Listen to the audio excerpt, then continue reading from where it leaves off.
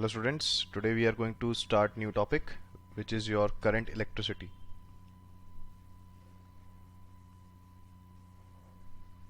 Current electricity.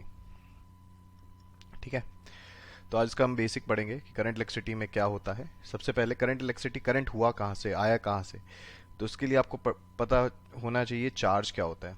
ठीक है, charge एक बेसिकली फंडामेंटल प्रॉपर्टी होती है, राइट। तो फंडामेंटल प्रॉपर्टी जो कि क्या बताती है किसी भी पार्टिकल का कि वो कितना अट्रैक्ट या रिपेल कर सकता है। ठीक है, तो चार्ज एक क्या होगी, आपकी प्रॉपर्टी हो गई। प्रॉपर्टी जो बताएगी क्या कि पार्टिकल आपका कितना अट्रैक्ट कर सकता है किसी से या रिपेल कर सकता है। ठीक है, अब अगर मैं करंट के बारे में बात करूं, करंट को हम आई से डिनोट करेंगे। ठीक है, एम्पियर क्या हो जाएगी, इसकी यूनिट हो जाएगी, है ना। एम्पियर की यूनिट हो जाएगी। तो current is defined as rate of flow of charge. ठीक है, इसको हम क्या बोलते हैं, rate of flow of charge. ठीक है, तो rate of flow of charge को हम क्या बोलते हैं, करंट। तो बेसिकली करंट को अगर आप सिंपल भाषा में समझे तो ये एक इवेंट है।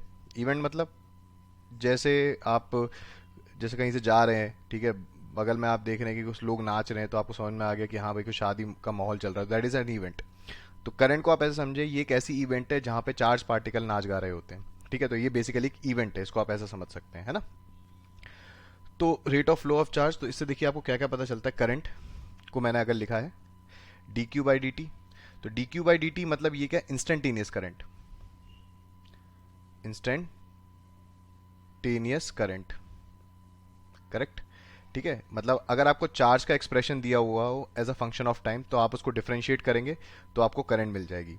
ठीक है, इस एग्जांपल के तौर पे अगर मैं आपको बोलूँ चार्ज आपको 2t दिया हुआ है, आपसे बोला जाएगा फाइंड करंट। तो सिंपल सी बात है, आपको क्या करना है, इसको डिफरेंशिएट कर देंगे हम, तो आपको करंट मिल जाएगा। तो आंसर क्या आ जाएगा, 2 एम्पियर।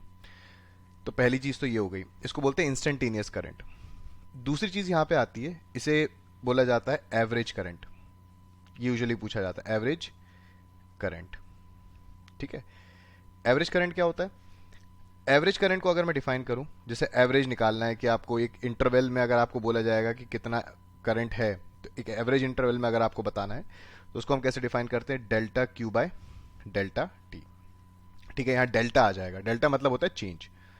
डेल्टा का मतलब क्या हो गया, चेंज।